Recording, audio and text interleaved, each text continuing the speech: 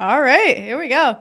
So today we have Vanessa Medeiros, one part of the hilarious trio behind the Portuguese Kids. The Portuguese. Go ahead. What? I'm sorry. I just laughed. We're already I'm laughing. already causing a ruckus. Good God.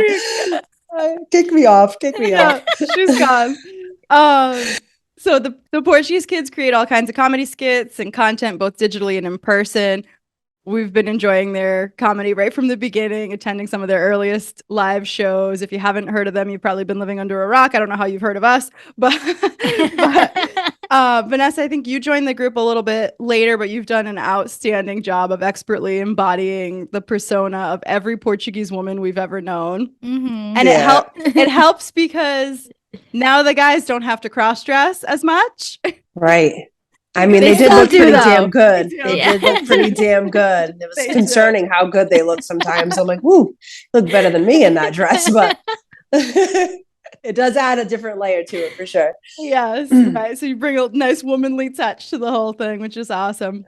But we first knew you as our peer attending Portuguese Catholic grade school together. We're representing today with our Spitzont Pombinha shirts over here. I have a Pumbinga too. Hold on. Yeah, you do. Is that a Pombinha? It's sort It's a of. Pumbinga. She's wearing, so for our listeners, she's wearing like an Jesus. Azur shirt and it has Yeah. a little, it's a Pombinha. Yeah. It's a Pumbinga. Right? It's all in the family. You see one, you see them all. I mean, it's not in my realm of understanding about Pumbingas, but we're going to move on from that. So something about our experience at this Pumbinha school made us all want to grow up and just talk and laugh about our culture on the internet. So here we are doing it together. Welcome, Vanessa. Yes, thank Welcome. you guys. It's awesome to be here doing this. I heard about this through actually Connie Marks. Love her.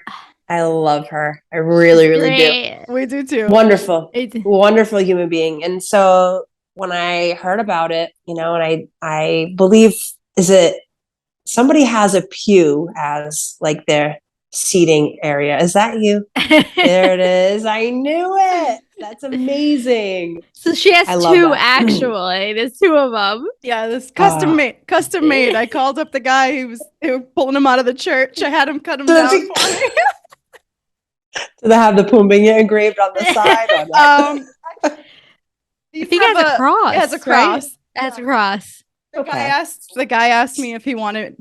He thought I was using this for farmhouse chic decor, and he wanted to know if he should shave down the crosses on the side, and I was like, no, no, keep those. We never shave down Jesus. Never. Yeah. So she had told me about it, or I believe maybe she was promoting it or something along the lines of I saw it or heard about it through her mostly. And I was like, oh my God, that's first of all amazing. So kudos to you both for doing this because this is awesome. Thank you.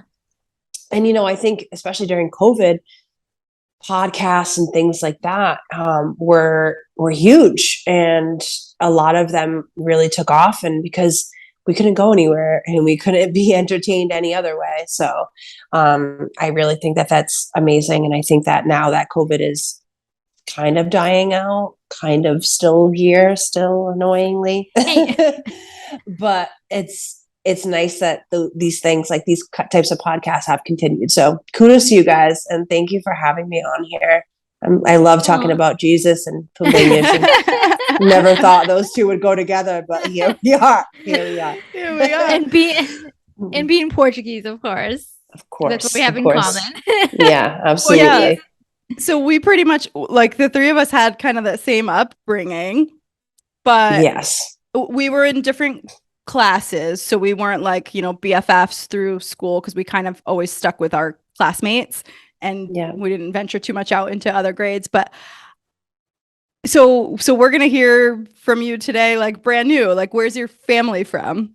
You're wearing the Azur shirt, so I have to represent because if my mom hears this, or watches this, and she's going to be very upset if I don't represent. So, both of my parents are from San Miguel, different villages, but my mom is from Capellas and my dad is from Sant Anton. Oh my God, And I'm probably so, related to you, Vanessa. yeah, I mean, I My don't know. father, You know what I probably. mean?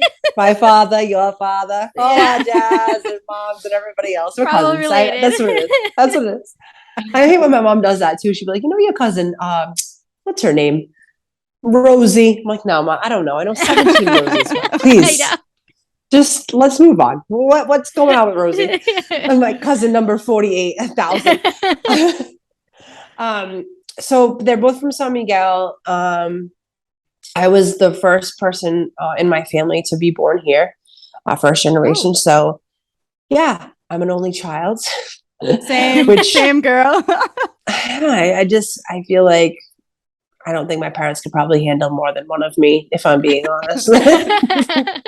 So I think they realized that very early on. So I think that's why I am an only child. But yeah, so San Miguel. I grew up. My parents mostly spoke Portuguese, English. I'm sorry, not Portuguese. My parents mostly spoke English in the home, but I did have obviously the older family members who spoke Portuguese only. So my grandparents and older aunts and uncles. But my grandparents have since passed, so we don't speak much Portuguese around. And I tell my mom all the time, like, talk to me in Portuguese sometimes because I don't want to lose it. I worry about stuff like that because it's important to me. It's important to my culture. And when I'm speaking to someone, I feel like I sound dumb. Same. Yes. We It's say the this all the slang time. and Yeah. it's just certain words that I just genuinely don't know. And especially now I work in a school as a school adjustment counselor. And because I am in a school in Fall River, there are a lot of, English language learners in my school. So a lot of them are Spanish speaking, Portuguese, and the kids that are Portuguese speaking, God bless them, they speak so proper. It is a beautiful thing to listen to. But then when I speak back to them, they're just like, Miss, you sound crazy. I'm like, okay, you're right. They just laugh at me. And it's like I have these 10 and 11-year-olds laughing at me. And I'm like, So how are they so much embarrassed. better than us? How are they so much A better? lot of them are from Brazil. Yeah. And the Brazilian dialect in Portuguese is different. So there are actually some words that are completely different. I can't think of an example right now, but I'm sure I'll be embarrassed tomorrow in front of a student. So I'll make sure to let you guys know what that looks like. No, you are. There's like my cousin's married to a Brazilian, and she used to say, I don't know how to say eyelashes in Portuguese. Yeah. But I guess in Brazilian it's pestañas. Yeah. I don't know what it is in Portuguese, but I guess in Brazilian it's pestañas. And I forgot, someone said something, and like his wife like looked at her and was like, that's not how you say eyelashes. And so yeah, you're right. There are like words that are just totally opposite from what we say. Right. And so I'm trying to, they're asking me about a class or, how to get somewhere or, just support in something. And I'm just trying to explain to them. They're like, huh? I'm like, oh. You don't know anything I just said. So I'm like bringing up Google Translate on my phone. I'm like, this is so embarrassing because I am Portuguese. Yeah. Like, I'm looking up Google Translate for Portuguese words, so. But since we started this podcast, I'm on Google Translate all the time for Portuguese words.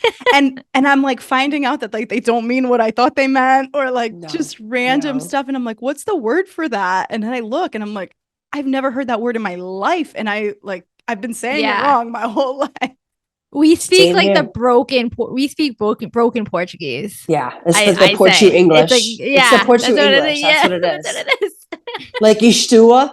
Oh, yeah. All day at the Istua. Not Istua. I love going to the Istua, but I tell one of my Brazilian kids that I'm going to the Istua. Forget it. They're not going to let me live that one down until at least June when they leave. It's embarrassing. So you said you were taking some Portuguese classes now, right? Yeah, I'm actually taking, I'm at BCC, Bristol Community College in Fall River, doing a certification program for Portuguese interpreting. So, and even that sometimes when I'm listening to the teacher and I'm like, wow, I'm like taking notes. I'm like, I never knew how to say that. Right. Because if you think about it, when you think about like interpreting or translating, it's always been like, if you had to interpret for your grandmother or, one of your family members, they understand the slang that you're saying, Right. but if you were to do that professionally, you can't be saying like these, slang words in a medical setting or environment to somebody. You're No. telling somebody that, the doctor's going to take blood, and then next thing you know, the person you're translating to is taking their shirt off. You're like, no, senora, it's not what I didn't mean that. So are you saying it's unprofessional to tell their parents or a grandparent that you have like a curza going on? Oh, the doctor says that you have a curza. That's how I always used to tell my Something's going grandmother, on with your curza. curza. That can mean a lot of different things. You have a curza. Yeah. I know. And it's funny. And like now looking back on it, I'm like, damn, my family did me a disservice because I don't know any of this stuff, but I do have friends who are Portuguese who they're like, you're lucky. My family never spoke Portuguese to me. So I never got to learn. So at least I got to learn something, whether it's slang or not. It was still something. So I'm thankful for that. But I am trying to learn to speak more properly because in even like interviews that, the guys and I have done like Portuguese Kids interviews, some of them will be in Portuguese and I'm looking at them. I'm like, help me. Like, okay, I'm going to sound ridiculous. The whole country of Portugal is going to be like, oh no, who's this new girl? Get her out of here. That's how I felt when I just visited the Azores, because it's like I walk around telling everybody like, oh yeah, I speak Portuguese. I'm like, and I do, but because it's so broken and because it's so bad and rusty, like I'm out there and like I will go and present myself like I'm Portuguese speaking. So then they will just start talking to me in Portuguese and they're explaining like this, like I was at a winery and he was giving me a tour and he's telling me about like the whole history of grapes and wine on the island. And I caught like every third sentence. I was like, you're like, Uvish, got it. Uvish tá bebed? Okay. Uvish vem bebed. Got it. Done. That's all I need to know. All I need to know. But yeah. I felt so dumb. But to make you guys feel any better, I still speak Portuguese every day to my parents because they don't really speak English, and I still speak the broken Portuguese. So I feel like that's what it's become. I feel, to me anyway, I mean, I'm going to get all philosophical and I don't mean to, but I feel like that was their way of connecting with one another in their villages and their, because even within, I didn't realize this until recently, but within the island of San Miguel, in the different villages, there's a different dialect. My girlfriend's family is from Villafranca, and some of the things that she says, I'm like, what? She's like, what? I'm like, and then I'll hear her family saying, I'm like, oh, this is like a village thing. Okay. And it's cool because, she thinks I'm making fun of her. But I'm like, no, wait, say that again. She's like, I don't say it again. But I just, because it's so mind-boggling to me that never mind within the Portuguese culture and language that it's different, but within the same island, it can be different, just the way it sounds. Certain people from different villages can have like a different tone, or just like the way they, their pronunciation of things can be different. So that's so I feel like I've been living under a rock. I'm like, I don't speak Portuguese. What kind of Portuguese do I speak? I don't know. No.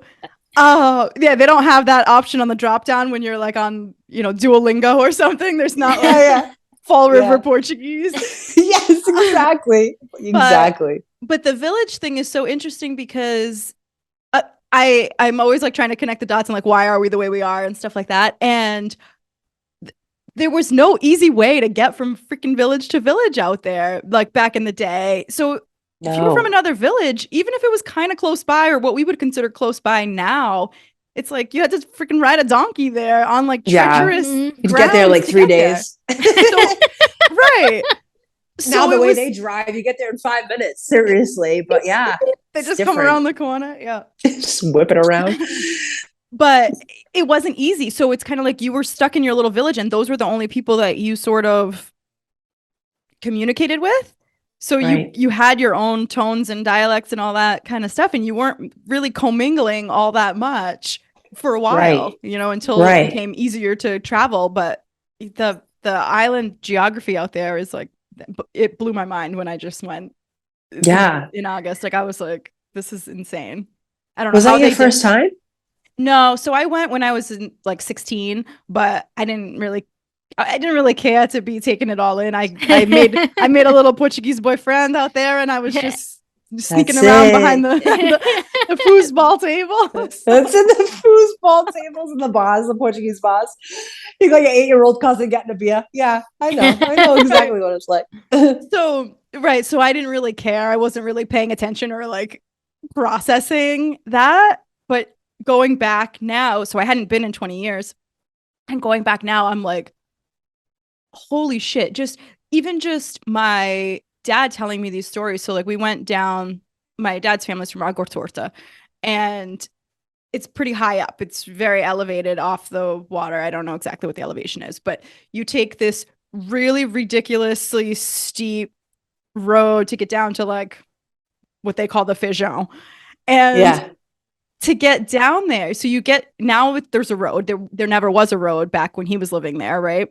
And it was just like this like path on the cliff side that you would take down there. And he's like, oh yeah, like my dad used to, because they have a house down there in the Feijão, like this little concrete home, like a little 1-2 room house. And my dad's like, oh yeah, your grandfather built this. I'm like, how did he get shit down here to build this? He's like, one cement bag at a time. And he would go on the hike on the cliffside, 150-pound bag of cement Oh or my whatever, God. however heavy they are. And he'd take I'm all one set. cement I'm all one cement set bag with down. that. And I'm like, that would take you all fucking day to get one Yeah. bag of cement down there. And then I'm like, so then what did he do for like mixing the cement? He's like, oh, he had to get sand. So he would literally start digging up sand and washing sand from the shore. And then he'd get water and he'd mix his cement. He'd make one bag's worth of cement. I'm like, you built a whole house like this? Oh my God. Imagine trying to do that nowadays. Imagine trying to tell somebody to do that in that same method nowadays. People would be like, what are you, absolutely insane? But it's true. I mean, that's how they did things back then. It's like we definitely do. At least I'm going to speak for myself, but we take advantage of what we have and we don't realize what they had to go through, So that's why absolutely. as much as I pick on the culture, I am because there are a lot of things with Portuguese culture that I'm like, all right, like my grandmother used to gossip all the time about people. I'm like, woman, you ain't no better. Like, I don't know why you're out here pretending like you are the queen. You're not, as she's like eating her popsicks, talking about other people's weight. I'm like, yeah, gossiping's like a big thing in our culture. It's a must. Huge. But it's one of those things where I get defensive if other people poke fun at our culture that are not Portuguese. I'm like, don't say that. And they're like, you are part of a whole trio that makes fun of it. I'm like, because we're all Portuguese though. You know what I mean? Right. And I honestly feel like, sorry, excuse me. But I honestly feel like there are people that genuinely don't understand that. They truly feel like we are making fun or like disrespecting the culture. I'm like, no, we create these sketches and we write the things that we write based on our experiences. Not to say that everybody has been through that experience, because that's another thing too. Everybody takes it personally. They're like, well, I'm not like that. And I didn't have that experience, so that must not be accurate. It's like, no, but that was our experience. So there are some people that are like, oh, that's relatable. I had that same experience. And there are some people like, oh, well, I get it, but it didn't really pertain to me. That's all. That's comedy though. That's comedy as a whole, Yeah, absolutely. But yeah, I when somebody says anything negative about our culture, I'm the first one to be there, all bulked up with my pinky on. But then I'm over here like rolling my eyes about the same thing. So I get it, but it's just, there are a lot of things that now that I'm older, I appreciate more, especially when I go and visit San Miguel now as an adult, that I didn't appreciate when I was a kid, because I didn't realize, my mom would tell me about the place that she lived. And I'm thinking, all right, you had all your siblings, you got your parents, your grandparents. I'm like, my mom like grew up in a mansion. Like, I can't wait to see this. 7 years old, I go and see this home.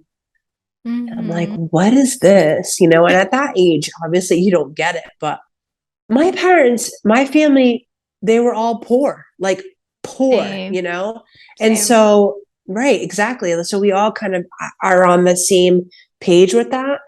But I didn't grow up poor. You know what I mean? Like I didn't grow up missing out on anything. And to think that like my family worked through all of that to get to where they are now to make sure that they gave themselves a good life and also their children a good life is incredible to me. You know, I can barely get out of bed and make my bed in the morning sometimes. And the fact that my parents like defeated poverty and like made a good life. And I'm like, yeah, I can't even make myself dinner tonight. Like I'm lazy. You know? The fact that they left another country, like they left what they knew to come to another country with like, some came with money, some didn't, some came with like birds and whatever it is that they brought over from their from home. Birds. They, That's my favorite one. whatever they sneaked in to the country. They just like now me, if I think about, I'm like, would I ever like leave the States and like go to like Ireland and like start all over? Like it's scary.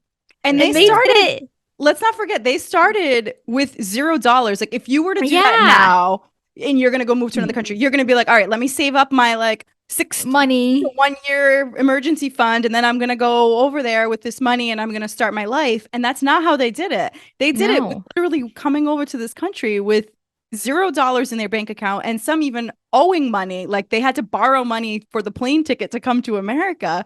And I'm Right. like, that's insane. Like you got here with no job, no money, and you took your whole freaking family here, and you just sitting here like, okay, Like somebody's gonna give me a job, and I'll go find an apartment. But Right? how do Imagine you that. do Like just that? leaving an island. You're like you don't even your speak the yard is like language. right, you don't know anything, but you're like your yard is like this beautiful landscape off the side of a mountain. You're like, you know where I'm gonna go? Fall River, Massachusetts. I know. Like, You oh, know what I but need? to I them need a it's little like, factory work. yeah. Just go and work my butt off in a factory for 12 hours. That sounds great. But that's what I'm saying. Like that's how we see it. But to them, that was like, no, we're gonna have the life that we've always dreamed of in America. And it kind of makes you emotional sometimes thinking about it. That I'm like, wow. But you're right. They came here with nothing, and that is so scary. Not knowing how it's gonna work out. At least now, people still do things like that. But now, in our circumstances, if we want to, we're like, yeah, I'm going to go spend, a few months in a different country. We have a plan. We know, Right. well, Yeah. I'll stay here and I'll stay there and I'll get this experience and I'll travel and I'll see this part and that part. They didn't have that option. They were like, I'm hoping for the best and I'm doing this to benefit myself and my family, Right. and it's like you said, that's terrifying. We have It's so terrifying. Go ahead, Kel. Oh, look, we have the option to like Google stuff online and read reviews and be like, okay, I'm not gonna stay here because this place looks sketchy. Oh, this only got like 3 stars. Our parents did they landed at Boston Logan Airport and just straight in Boston home. Logan Airport. Was it even called Logan back then? I My don't goodness. No, probably not. No. And Excuse they me. probably was just like, let's just hope my ride is here to pick us up. Right? You know what I mean? Like I hope Tim Manuel came with his donkey that he smuggled on the plane. Oh, this birds. I wouldn't put it past them. No, seriously. So the thing that like the part of that makes me the saddest is yes, they did all that sacrifice for a better life, right? But at my grandparent level, I feel like their life got worse, not better.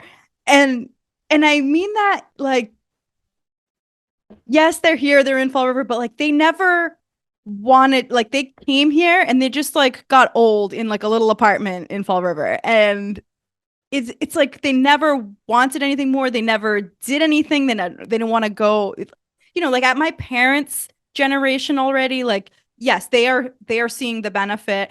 My generation is seeing the benefit, but at my grandparents' generation, it's like they made all that sacrifice for no benefit to themselves, really, other than giving their kids and grandkids a better life. Because they were thriving out there.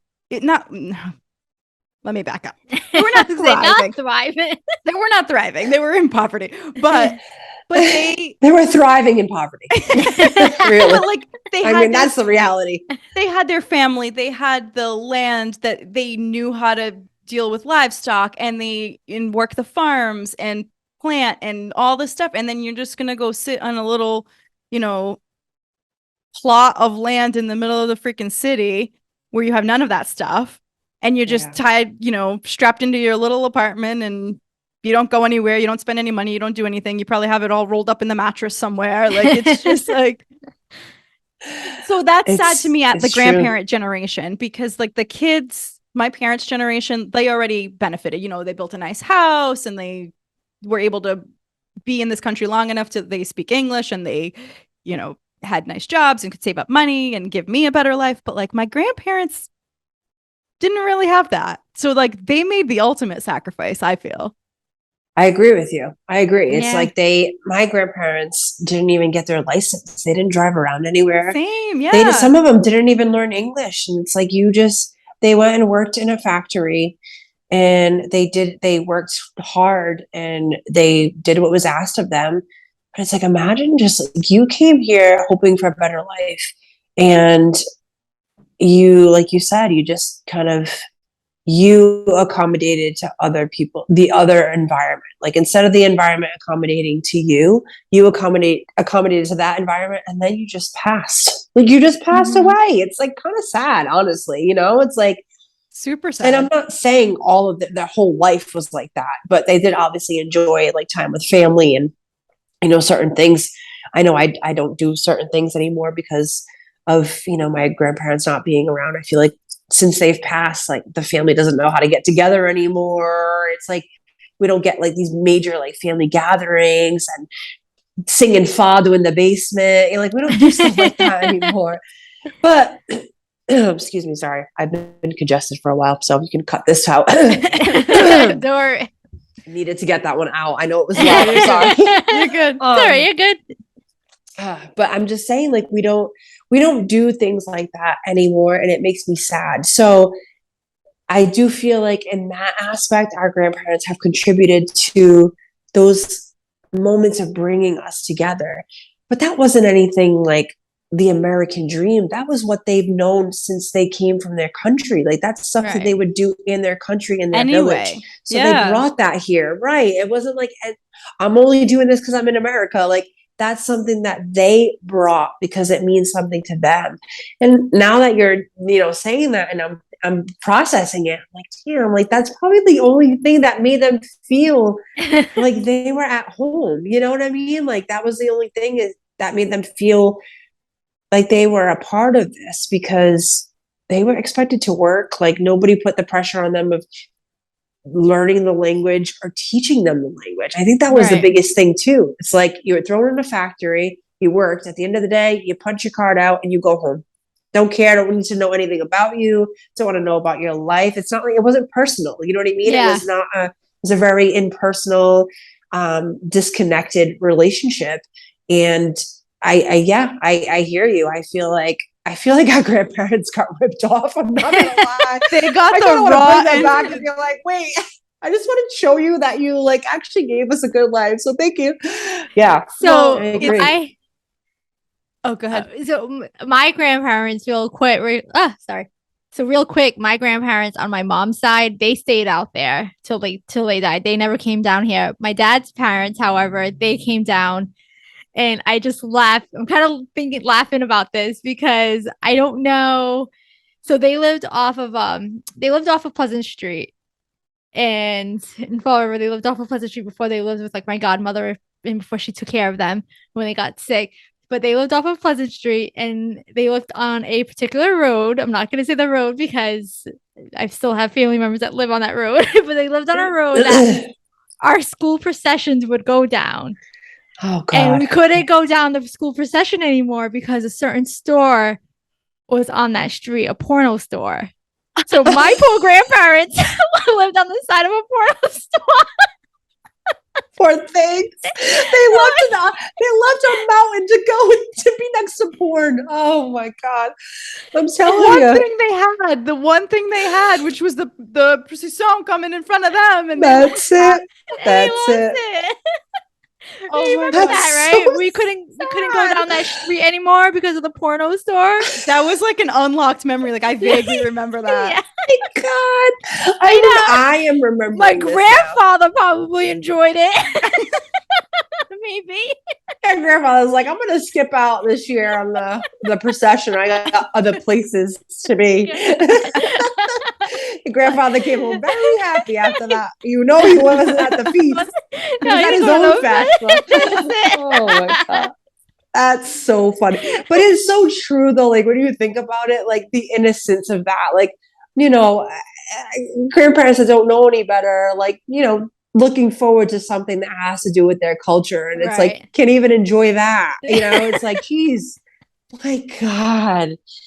Yeah. Well, it makes me sad now that I'm thinking about it. I know, right? Damn, Mel, you got me in my feelings over here. Like, I want to bring my grandparents back. I just feel like I'm sorry. You guys got ripped off. Not that it's any better right now, but I just wanted to let you know you got. It's almost Halloween. Let's bring out the Ouija board and try to bring them back.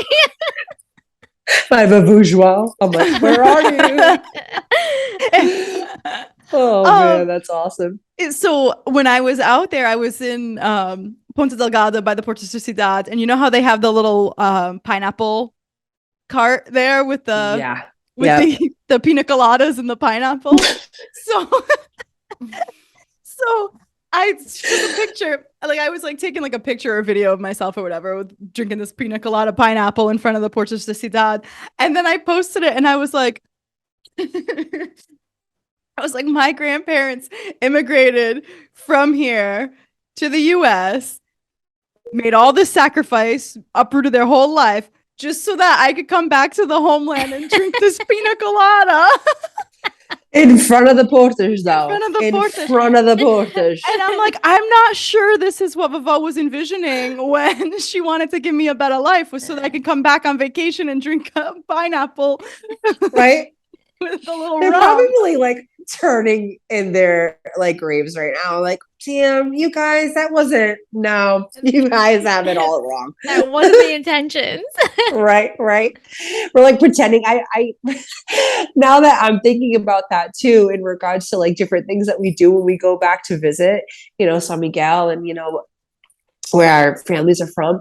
And I like take like stupid pictures, like I'm falling off a mountain and I'm like, haha, look at me. Meanwhile, our grandparents probably had friends that like literally fell off the mountain trying to like build their homes in Agua Torta. And I'm over here like an idiot, like, woo! It's stuff like that I'm like, I am an embarrassment to my family. Oh my God. Yeah, man, grandparents wouldn't be happy that you're trying to post to the gram. Yeah, post to the gram. I'm like, ooh, on a mountain. They're like, I've sacrificed my life on that mountain, and you are just over here taking pictures. Sorry. I know, it's so crazy. Oh my God, it's so funny. But I love them though. You know, thank God for them, because wouldn't be here. You know what I mean? We wouldn't be in the position that we are. Like everything fell in place the way it did. I mean, granted, they got a little bit ripped off, but I mean, I'm super thankful. You know, I'm thankful for the life that my parents gave me. But if they didn't have those opportunities, you know, if it wasn't for my grandparents and obviously ancestors prior to that, then we wouldn't have the things that we have. You know, we can look back and laugh at it now, as much as we are disappointment to our ancestors. It's still something to chuckle about, you know? So that's good. Definitely. Oh, I'm thankful because if I was living out there, like if I was born living out there, I would be married with like 5 kids already, probably. Oh yeah, so like 17 years old. Thank God. Right? Maybe our Portuguese would be a little better. Oh, that's like the my God, I would hope so. It's so bad. It's so bad.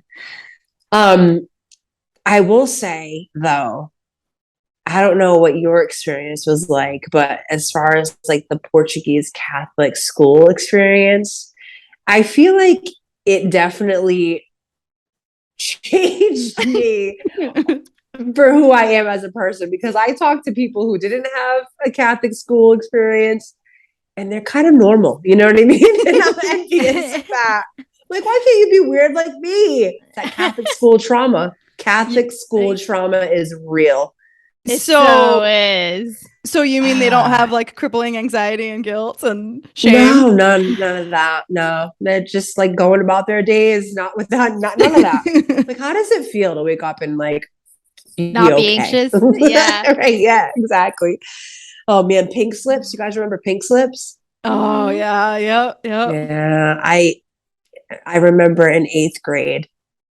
Apparently, there were just some teachers that didn't like me, and they also had my dad as a student back in the day, and they didn't like him. So I was the product of that environment, and so I would get in trouble simply because I was my father's daughter. But I would get pink slips all the time. I would get pink slips as I got older in school. I would get pink slips for the silliest things. I would go out and be helpful to a friend that lost an earring at recess in the park. Pink slip. I shouldn't have been on the other side of the fence. And I thought these pink slips were going to like prevent me from going to college. Like, I was terrified. I remember going to high school and I'm like, are my pink slips on file? I was like, I'm sorry, what? I'm like, my pink slips. I got a lot. And she's like, I don't know what you're talking about. I'm like, I got in trouble for going over the fence to find an earring. And you're like, yeah, that doesn't follow you. I'm like, oh, okay, good. Yeah, those aren't right. That's like the Catholic school system. It doesn't translate over to the public school system. They got blue slips. Right? I'm like, what? I don't know. Am I going to pass? Am I going to move on? Do you guys accept me into this school with all my pink slips? So, like, I don't remember you being like a troublemaker or being in trouble at all or anything like that. I mean, you seem like you were just a very innocent child, and you were just getting in trouble. Yes. Yeah, I wasn't. It was one of those things where it's like, you know, maybe in like the younger years, you know, maybe like kindergarten through like 4th grade or something. But I'd be the one that's telling my friends to stop talking, but I would be the one with my name on the board. So I was like, oh, here we go. And I'd come home and be like, Mom, she's like, I already know. You got your name on the board again. I'm like, yeah. Like, oh goodness. And you know what's crazy is our parents, well, at least I'm going to speak about my own parents. My parents wouldn't even want to hear what I had to say. They wouldn't question the adult ever. Mm-hmm. It was, I did something wrong. I'm getting the consequence. Nowadays, it's so different, especially like working in a school and being in that environment every day. The parents question the authority all the time. Like, my kid didn't do that. I'm like, well, why couldn't you have been my mom back in the day? My mom was like, you did it. I'm like, Mom, I didn't even get to tell you what I did. She's like, I don't care what it was. You did it. And you're wrong. I'm like, okay. I'm like grounded for a month. The consequences are always so extreme. Now the parents consequence the adults. They're like, well, you shouldn't talk to my kid like that. I'm like, okay, miss, I'm sorry. You know, I'm like, wait, why am I apologizing? What is this? It's a totally different world now. It's so ridiculous. Go ahead. That just reminded me. I can't believe I've never even, I think I might have mentioned this in the pod. I'm not sure, but same thing. That particular 8th grade teacher called me stupid once. And I remember coming home so upset and like crying, blah, blah, blah. But of course, same thing. I was like, my parents are not going to do nothing about it. They're probably like, yeah, they probably would agree with her and be like, hey, you are stupid. Like, I don't know. Yeah. Well, I will actually say my mom ended up going down to ES and flipping out on that 8th grade teacher in Portuguese. Yes. Like, I don't think she was Portuguese, right? Yeah, she didn't know. She wasn't Portuguese. No. I have to translate, but yeah, my mom was flipping out. So I was like, I will give her that one. I remember that one instance. You know what's so funny too is thinking about these things. Like, if I saw these teachers nowadays, I would be like, hey, how's it going? You know, and it's crazy to think like they probably hated me back then. You know, that teacher, that same 8th grade teacher told me or accused me of cheating on a test. I remember this vividly. I remember what the test was about because I was so traumatized because I was like, I would never cheat on a test. It was like about the Diary of Anne Frank, as morbid as that is. And I asked a question about what year Anne was like in hiding or something like that. The test wasn't even on my desk. And I asked a question to my friend, and she's like, you are cheating. And so for the rest of the year, every time we would switch our seats, I was right next to her every time. It was so embarrassing. And then my mother was not like your mother, Kelly. My mother went in there. She was like, my daughter was cheating on a test. My daughter's a cheater. And she looked at me and I'm like, I said it. She goes, Vanessa, be quiet. I'm so sorry. I'm very embarrassed. And then my mom in the car crying. She's like, I can't believe I raised a cheater. I raised a cheater. Like, Mom, I didn't even, the question wasn't even on the test. I didn't even have the test in front of me. She's like, if the teacher said it, it's real. I'm like, wow. All right. So yeah, it's very different back then. It was very different back then. And I think it says a lot. Oh, I don't know where that teacher is, but you know what? I'm sending her all of my love. I really, really am.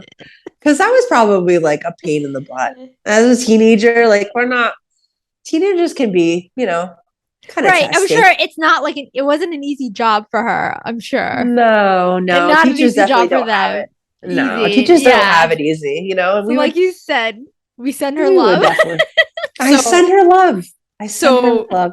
Hearing you do your mom impression, we need to hear more about the impressions because you do them so well. Like I cannot, like every once in a while we have to like impersonate something on our podcast and like we are not even in the same realm as the impersonation that you just did.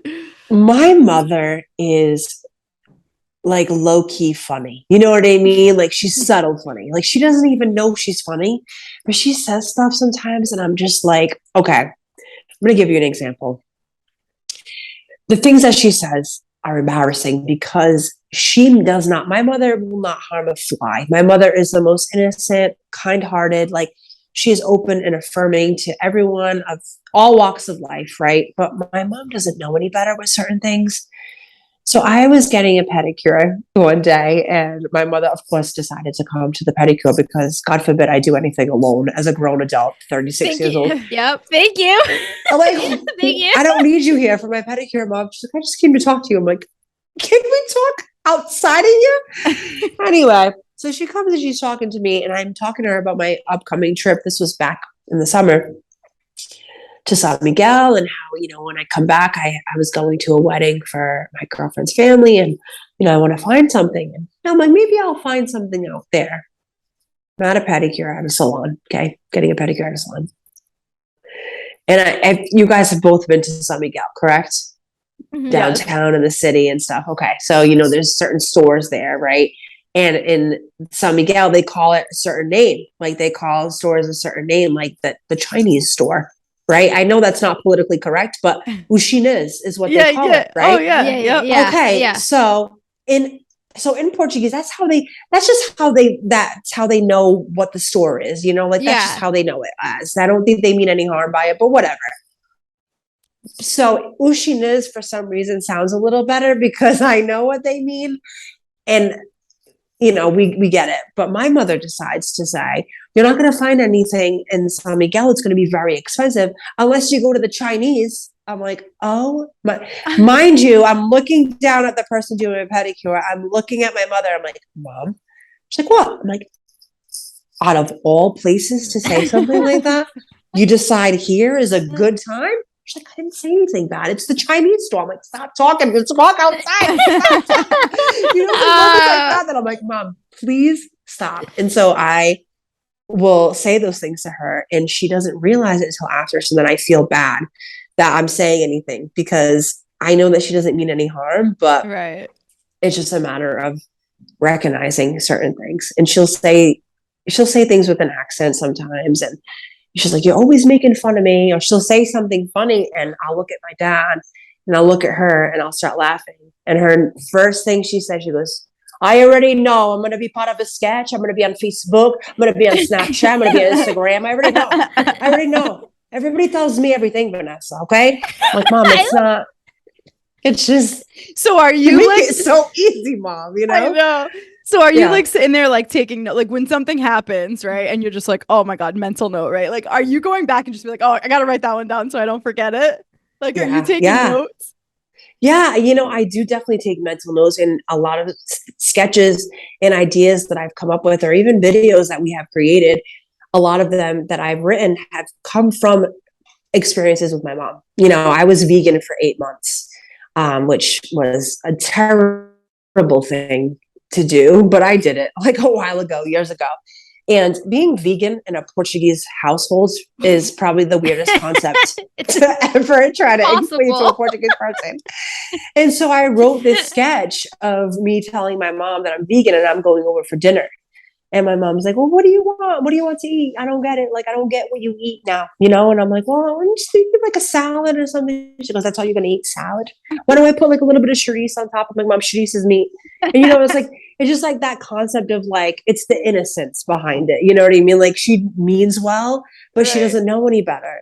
And then it got so many hits because it's relatable. People that are vegetarian or people that are vegan, they're like, oh my God, I had that same conversation with my family. They don't get it. Like, they don't Yeah. understand growing up with, meat, and that's what we eat. We eat meat, we eat steaks, all that stuff. And so it was so difficult to explain to her. But yeah, I mean, the sketches come from firsthand experiences, and it's just, she gives me all my material. She gives me all my material. She hands it to me. She doesn't even realize it for free. So That's awesome. great. Yeah, it's great. It's I really great. And know. she's a good sport about it, which is the Yeah. best. I mean, she tells me all the time, I will tell her something and I'm like, just so you know. She's like, I already know. It's gonna be a video. I'm like, yeah. Just giving you a heads up. But yeah, it definitely is. My And she mom will. She'll is be the first one to stand up in the middle of a show, and be like, that's me. I'm Vanessa's mom, like all proud that I'm making oh, fun of that's her. so cute. Yeah, it's great. It really is. I really am. I'm lucky to have that for sure. So my mom's still on like the early part of that journey because we're kind of new on the podcast. So she's just realizing like now every time I see her, she's like, I gotta watch my back with you. I gotta watch my back with you. Like, Because she knows you're gonna she use it. knows Yeah. I'm gonna use it in somehow, in some way, shape, or form. She's like, oh, I already know. You can't do anything around her. She's gonna go and put it online. I'm like, yeah. Yeah. And Yeah. They know. but my dad, on the other hand, is like classic, just like storyteller Portuguese guy. Like, so he just loves like entertaining and telling stories, and he's always telling jokes that like he tells jokes as if they happened to him. So like he won't tell you that it's a joke. Like he'll just be like, oh, the other day I was at the bank and then this and I told the woman this, and I'm like, Dad, that didn't happen. Like I read that on the internet in 1995. Like that's not what happened to you at the bank like yesterday. Right. Stop Right. portraying it, but that's how he is. He's like just that storyteller vibe. So like he just eats it up. He just is like I just get him going and I just get him starting with the stories, and I'm like over there with my little notepad and I'm writing them so that I can use them afterwards. Like, I'm gonna remember this. I'm Yeah. gonna remember this. My dad is the same way. My dad loves to talk about anything and everything. Anybody that's willing to listen to his jokes, his stories, he will sit there for hours and hours. And I'm like, yeah. Whew. I look at my mom and my mom's like, that's where you get it from, your daddy. Your daddy's funny. I'm like, oh, it's you, Mom. It's you. I hate to tell you this, but it's you. It's really great. It's a great like dynamic to have that and to have those experiences with your parents. And the fact that they're good sports about it, like your dad, Melissa, being, on board with that and enjoying that and having that entertainment piece is really cool too. I'm literally like, I post so many videos of my dad on Instagram, and then as soon as I tell him it's posted, in like an hour later, he'll be like, how many likes did it get? Or how many views? I'm like, wait, you don't have Instagram. You don't know how this works. All of a sudden you do? He's getting sucked into it. Yeah. He's getting sucked into it. I'm like, it's addicted. Oh, man. It is. Definitely is, for sure. I know. I mean, it's so crazy to see like even my parents with their phones. My dad, my parents have never been one for phones. They'd always be like, Vanessa, you're always on your phone. why are you always on your phone? I'm like, Mom, you're not any better. My mom's, oh, guess what happened to so-and-so? I just read it on Facebook. Are you going to like it? I'm like, no, I'm not going to like it. My mom has this thing where if somebody comments on like happy birthday, she has to, anybody that comments, she could have 500 comments on something. She's like, I have to go and like every single one of them, because if I like one and not the other, there's going to be a fight. I'm like, Mom, no, there isn't. It's not. You can like whatever you want or not like whatever you want. It's not that big of a deal. Oh, but it's just so funny how they read into all of that stuff, though. They read into all that stuff, though. Like, and if you didn't give them a happy birthday, because, you know, there are people, you're either in one camp or you're not. You're either in the camp of you give a happy birthday to every single person on Facebook, or you give it to nobody. And I'm in the give it to nobody camp. But there's people who, she said happy birthday to that one over there. She didn't say it to me. She didn't post for my birthday. And like my mom, my mom's sitting there and she's like, she's got people that she's trying to, I have to, what time is it? Before it's midnight, I gotta get on there before she's gonna say I didn't say anything. And I'm like, oh my God. And this is why I don't want to make my mom a Facebook. She asks me all the time, but I refuse. I'm like, you have Instagram, that's good enough. I know. The day that my mom got Facebook, I knew it was over for me. I can't do it. I was like, oh God. She'll call me. She'll be like, how do I change my Facebook picture? I'm like, Mom, I can show you how to do it. She's like, you know what? It's okay. I'm like, Mom, that picture is like 10 years old. You need to, I don't know, like lighten it up a little bit. It's just like, and then she'll post these things and I'm like, it's like Jesus on the cross and he's bleeding. And I'm like, oh, what you goes, Vanessa? Oh, there's nothing wrong with that. They're always circulating like a child who's hungry or something like this, or like a disabled, like pictures of like disabled children or something, and they're given they're giving it like an amen in the comments. Yes, go, amen, and then they circulate it around, and I'm like, oh my God, why are you feeding into this stuff? Like, because it's not like it's not real like posts. It's posts that people put on there just purposefully to go viral. You know what I mean? It's not. I'm like, you don't know these people. Right. Yeah, it's like the chain videos. Yes, you know, like yes. Send this to 12 people so you can have your miracle. And my mom's like, I already have all my miracles. Amen. God bless. All the time. She says that stuff all the time. Anytime something good happens to me, my mom, bless her heart, but every time something happens to me, she goes, that was Zazoosh. Yeah, that was Zazoosh. I'm like, okay, Ma. Do you know? Okay, Ma. Do you want to know what my mom's favorite thing to do is? She likes to find images of Jesus or Mary in inanimate objects. So she'll have like a picture and it'll be like a cloud, and she's like, "Do you see Jesus in the cloud?" Oh like, no! And she like stare at the dot in the center for 10 seconds. Yes, you'll see Jesus. Yeah. Oh God! But she does it with like every picture, like every single picture she takes. There's a Jesus in the background somewhere, in some you just have to find it. And she goes around and she shows it to everybody. Yeah, and she's showing it to everybody, and she makes them stand there until they see the Jesus. And I'm like, oh my God! Oh my God! She'll draw on it. She'll draw on it, and she'll post it to Facebook like it's in the red circle. Do you see? What? Tell me what you see in the red circle. That is so funny. They highlight it. They draw like an arrow to it. Like, in case you missed it, there is a Zoosh behind the tree. There he is. He's everywhere. That's my mom's favorite thing to say. Zoosh is everywhere. Everywhere. Like, I don't know if I feel... Of course, I make jokes. And my mom, bless her heart, but I make jokes all the time. My mom has a lot of patience with me. I make jokes all the time when she says like Jesus is everywhere. I'm like, I don't know if I feel comfortable with Jesus like being like in the bedroom and, like when I'm showering. She's like, Vanessa, that's not what I mean, okay? Please, why you gotta be like that? I'm like, well, Mom, because you're saying Jesus is everywhere, but it's like kind of creepy. I'm not gonna lie, like I'm being stalked. I don't want him in the bathroom when I'm having like I want my privacy. Zazoosh, can you like wait for me outside or something? I don't know. Oh my God, he's gonna be Like He's just going to be on the list where he can't be in the perimeter of a school pretty soon. Yeah, that's it. I know. Seriously. Do your man. moms have your moms have this thing with, so like my mom's biggest thing is she obviously doesn't believe in global warming. So anytime there's like bad weather, like the hurricane, like any type of natural disaster, I already know where this is going. She's so mad at us. She thought me throwing courgettes, blah blah blah. She's like, we have to, I'm like, no, mom, it's global warming. It's just everything's going to shit. It's not because Jesus is mad at us. No, the world is just on fire and falling apart. It has nothing to do with Jesus. He tapped out a long time ago. He did. Like, you guys figure it out. I'm not doing this. Like, oh man, that's so funny though. I washed my hands of this. I'm all set. I'm out.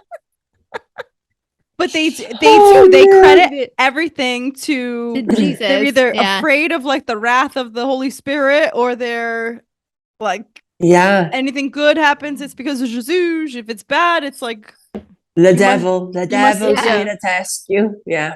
It's just, or like I used to think that rain, like when I was real little, like rain was like angels crying. Yeah. I'm like, what kind of ignorance is this? When I grew up and actually had thoughts for myself and was independent and able to process things, I was like, what kind of nonsense is this? And that's when I realized I was different from kids that went to a public school. I want to say, you guys. I'm like, it's not angels crying? No, it's rain. Okay. Gotcha. They would say that to us in ES, because I still remember like when it would thunder, they would say it was either like the angels were bowling or something. And that's why it was thundering. And it's like, wait, they have bowling in heaven? It's a bowl-a-thon. Right? It's just a little bowl-a-thon. Oh my God. Hey, side note, I just want to let you guys know, speaking about the bowl-a-thon, Spirito Santo, you're looking at Spirito Santo's top 8th grade bowler right here. You're welcome. If I still had the trophy, I would have brought it with me, but I don't. But I kept it for a very long time. Oh my I started to convince people that I was a bowler, but I am not. I just remember having my name called in the cafeteria / auditorium / gym that we had at a Spirito Santo. And they were like, the top 8th grade bowler, Vanessa Medeiros. I was like, what? And me? I mean, we definitely had the little bumpers up, but whatever. I'll take it. Definitely. Yeah. I will take it. It was a trophy and I was proud. When I say I was proud, I put that up. I had that up on my desk in my childhood home.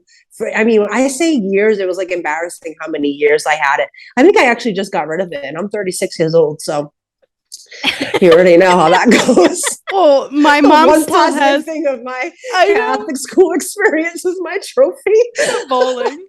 For bowling, yeah. Actually, somebody just posted. So our 6th grade teacher came on the podcast a couple weeks ago.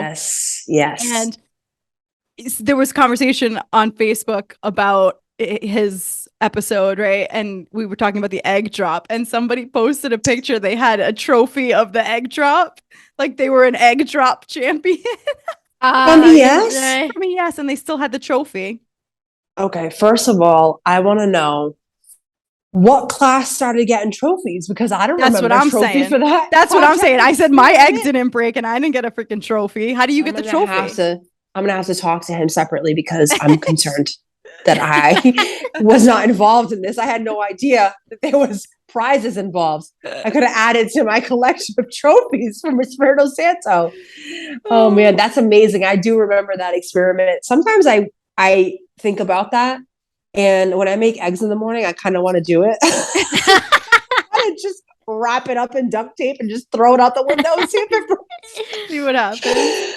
Oh man. Oh my gosh. I love that you guys do like a mental health piece too at the end, because I just think it's important, like that you guys connect stuff like that too. So oh yeah. I mean, cool. Well, it's like our culture and our upbringing is such like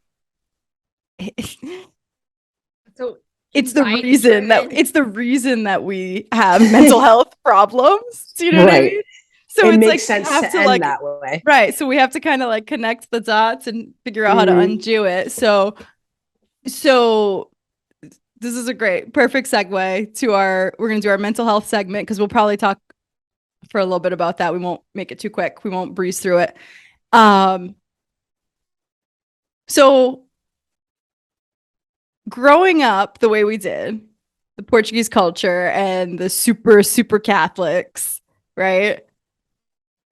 The guilt, fear, and shame that was just instilled in us from birth all the way through, like whatever indoctrination we had through our school years, and it just really messes with you. Because I was going to say when we were talking before about, you thinking that the angel tears were rain or whatever. I'm like, do you know that like my whole life, like I went through thinking that like, okay, Jesus he knows everything I'm thinking. So it's not just my actions and what I'm doing. It's like I'm fighting my own thoughts and trying to like battle my own thoughts to be like, no, if I think that, Jesus is going to know I thought that. And then I can't hide it from Jesus because if I think it, that means Jesus knows. And like that can fuck you up. Like, yeah, definitely. I mean, that was, to backpack off of what you were saying, that was my life too. And it was hard because I didn't grow up in like a super Portuguese household. Like I was telling you guys before, my parents spoke English and, they were pretty modern in regards to their way of thinking.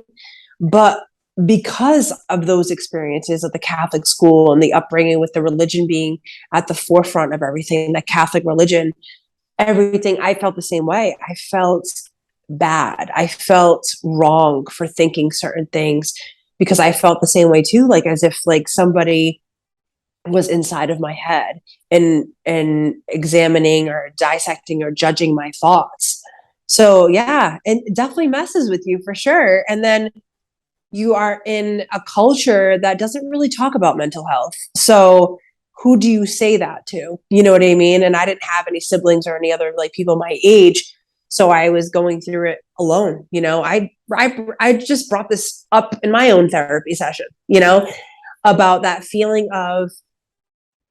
like you're alone, not only physically, in your environment, but also mentally too. Like not knowing who else feels the way that you do. Like you're an outsider because you're the only one that feels this way. And it's wrong to feel this way. And you have to make sure you get through it on your own because we shouldn't talk about it and we shouldn't deal with it. So yeah, I mean, it definitely, as much as we joke about it, like, oh yeah, I went to a Catholic school, now I'm gay. You know what I mean? And my mom's like, was it because I didn't put you in ballet class? I'm like, no, it wasn't because you didn't put me in ballet class, Mom. Makes no sense. It's because you put me in a Catholic school for 9 years.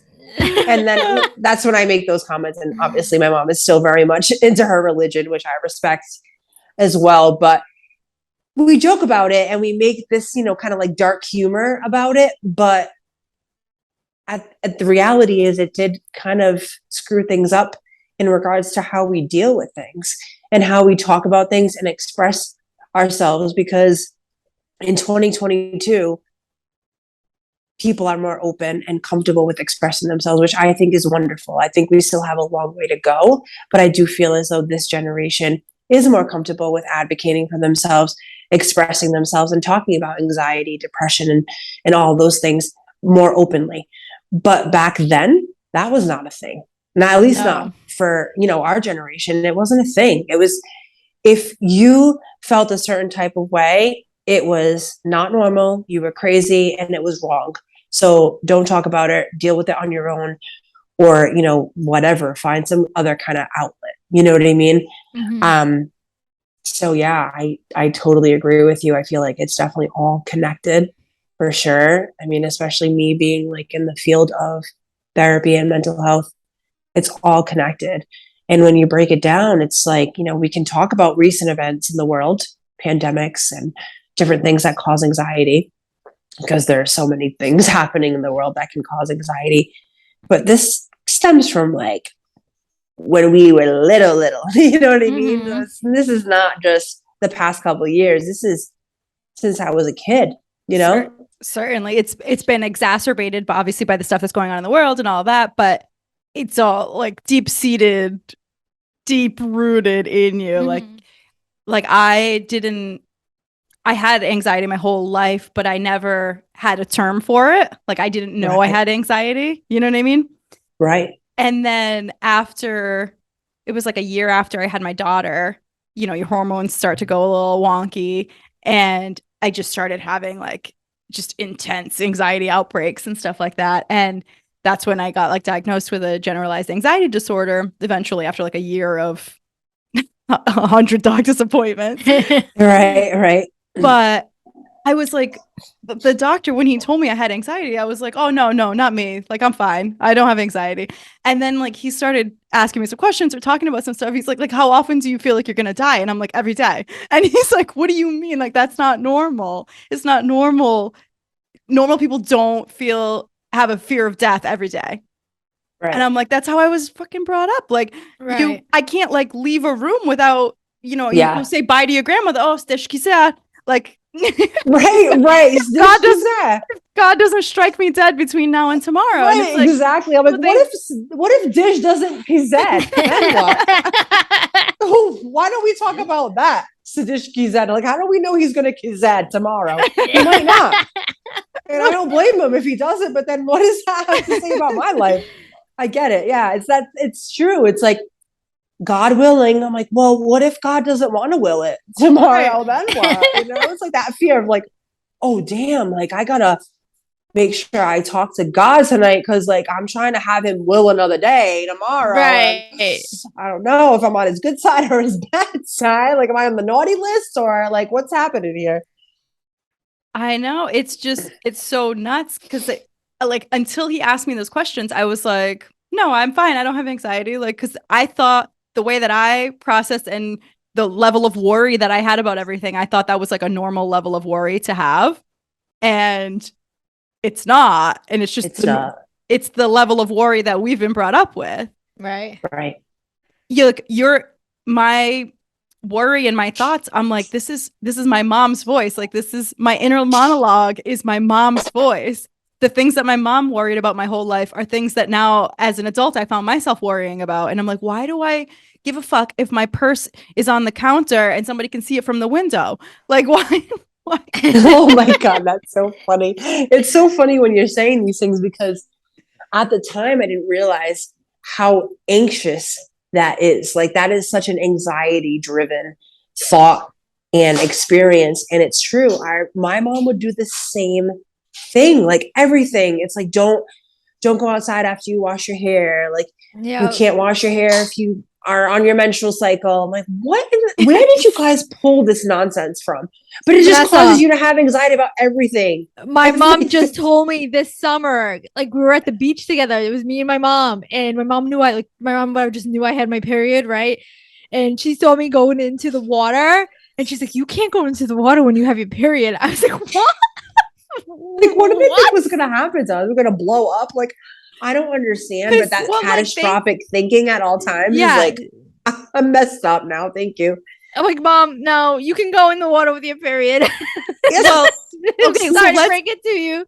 Let's give Maria the benefit of the doubt because back then they probably didn't have sanitary exactly. So like her little friends probably got eaten by a shark in the water. Probably. Damn. And you know what, Melissa, every time you bring it back around, like it makes me more sad about my grandparents' generation. I feel like they had it rough. They really, really did. They really did. But that's true. I mean, it's those anxieties because they didn't have access to things or those things didn't exist for them back then. So they didn't know any better. Like, you don't know any better about something that you don't know anything about or never had the opportunity to experience. So that makes sense. But those thoughts then pass down to obviously their children, and then their children are like, well, this is how I was brought up, so this is how I'm going to bring you up, you know? So I grew up. I want to wake up without anxiety tomorrow. If that's okay. Please. Thank you. So I grew up with obviously anxiety too, but I had an added little thing, fun little thing, OCD. I didn't know what the fuck OCD was growing up. So here I am doing these crazy ass rituals. I had to like do the light switches a certain amount of times, do deodorant a bunch of times. I had to wash my hair like a bunch of times. Like it was always like in threes and all these things. I had to like count the stairs. I had these crazy like rituals to the point where my brother like would beat me up sometimes because he's like, dude, you're taking so long, or like we didn't know what it was. Do you want to know when I realized I had OCD? Was MTV used to have a show called True Life. Do you remember True Life? Yes, I do remember True Life. Yep. There's an episode of MTV True Life. I have OCD. My whole life changed when I watched that episode because I was like, holy shit, I have the same fucking thing. I'm like, there was this girl that like, I still remember it briefly, like I watched it yesterday or something because there was this girl. They made her like for her to get over her like OCD, they wanted to help her. So she had the thoughts of like if she didn't do something, her family members would die. Right. So they made her go to like a fake funeral and everything and like watch her family members. Like they made her sit through it. And I was like, wow, I just learned what OCD was. I had no idea what it was. Yeah. Like, because you don't. Was that an approved method for solving OCD? Because I don't look it up. Right. That sounds like, excuse me. Well, I think they like walked her through because they were just like, okay, like you don't need to do the light searches 3 times because your mom's not going to die if you don't flick it a third or fourth time. Like it's just you have those. So with OCD, those thoughts will just come and you're like, oh shit. Like there's been so many times where I've done the light switches or I like most recent, it'll be like if I'm trying, I still struggle with it today, but I'm better at it, a lot better at it. But I'll grab like a piece of paper and I'm like, oh, I don't know, like a piece of paper at work. And like I'll get a thought when I grab that piece of paper and I'm like, I can't use this paper and I'll rip it up. Or I'll grab like another piece of paper. It's crazy. It's crazy, but it's you don't it's like I didn't know what it was. Sometimes. Yeah. Oh yeah. It's debilitating to the point that you're like, and then if you don't have any knowledge or information on it because you've never had the exposure to it or to understand what it is, it can make you feel like you're insane. You know what I mean? Yeah. And it sucks. It's a shitty feeling. It really is. Because you've never older, known about it. Your mom's not going to tell you about OCD. Your mom's not they going don't to know tell what you it about yeah. anxiety. She's like, yeah, my mom says to me, she goes, I don't have anxiety, Vanessa. I can multitask. That's it. I'm like, that doesn't make it. Those two don't go together. Please, she's like, I don't have ADHD. I'm just really good at doing a lot of things. I'm like, no, that's not, no. You can't focus on one thing because you're doing anxious. So many things. Yeah. Because you're anxious. That's all. You're just making my case and my point even more clear, Mom. Thank you. But it's like they don't want to admit to things that they struggle with because it's a sign of weakness and it's a pride thing. It's like we don't have any problems. We work through our things. We don't need anyone else on the outside of our family or our circles because then we're going to look bad to them. And I feel like their image and who they are as people and as a culture is important to them, especially those who came here to America for a better life.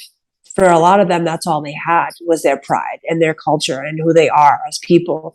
So when that was ever jaded in the public eye, then what else do they have left? You know what I mean?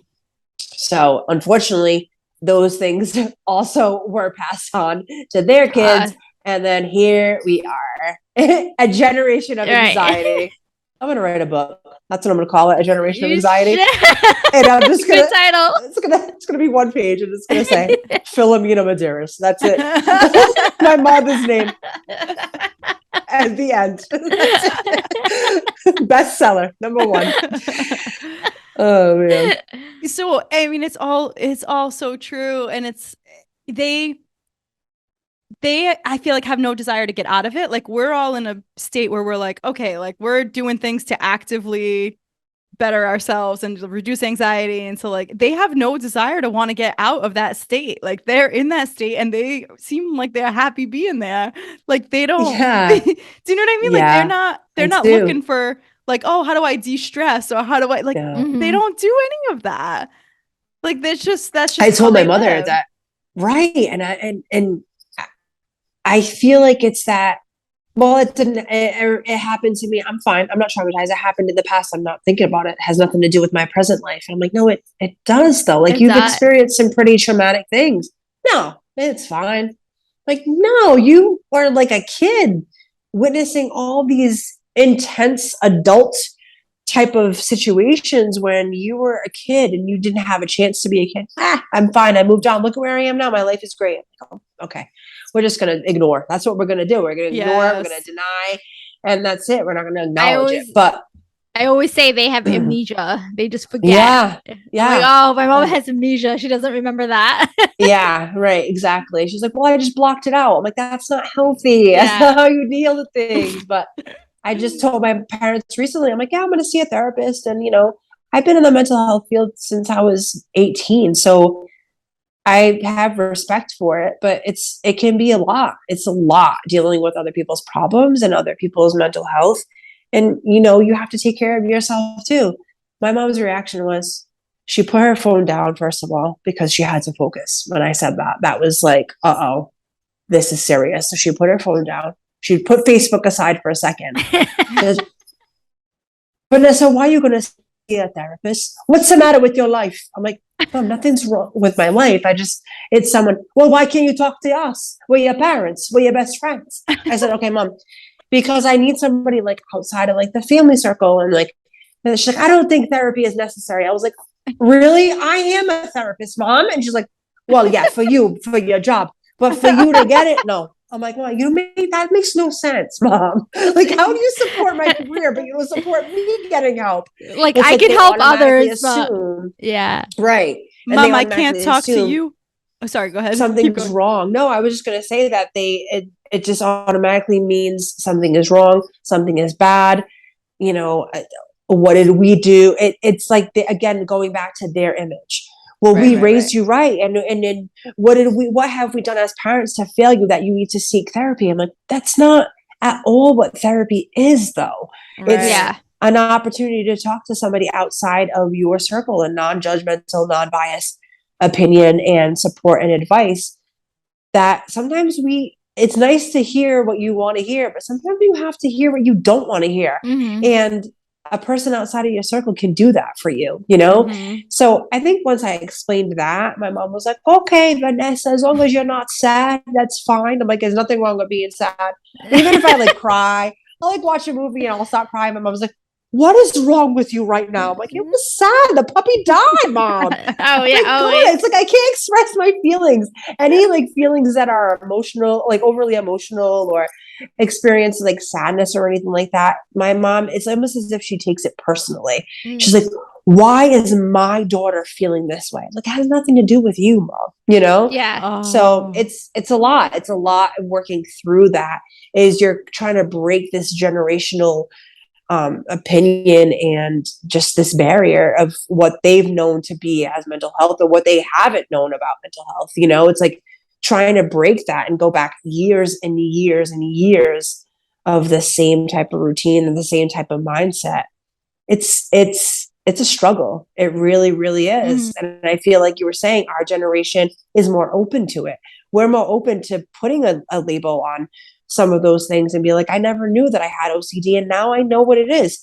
And that's a relieving feeling to know that whatever you're experiencing has a name because you're Right. having these experiences, these rituals, these obsessions, these compulsions, and you're like, oh my God, what is this? And then when you see that somebody else is experiencing the same thing and it has a name, or at least it has some kind of description or criteria, then you're like, oh, thank God. Okay. Because Right. I was like feeling some type of way. So, Yeah. it's a lot. It's a lot. And there's that barrier there between the generations where we need to break that barrier. And we need to make sure that we stand strong and be like, no, I know that you don't understand what this means, but it's important to me that I understand my own mental health because I don't want to be like you in regards to blocking things out Mhm. because I can't move forward with certain things if I do that. So I think breaking it down like that, I mean, I know every parent is different, but breaking it down like that has helped my parents understand and really understand it from a different perspective and a different light, because it is important. We need to take care of ourselves, not just physically, but emotionally too, you know? Yeah. That is all It's perfect. huge. Yeah. Oh my God, I was gonna say that like sums it up. I know. This is a therapist in me, guys. I know. I love it.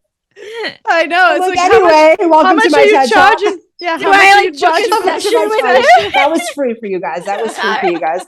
That is Spiritos. I'm giving you the Spiritos Sketchup discount.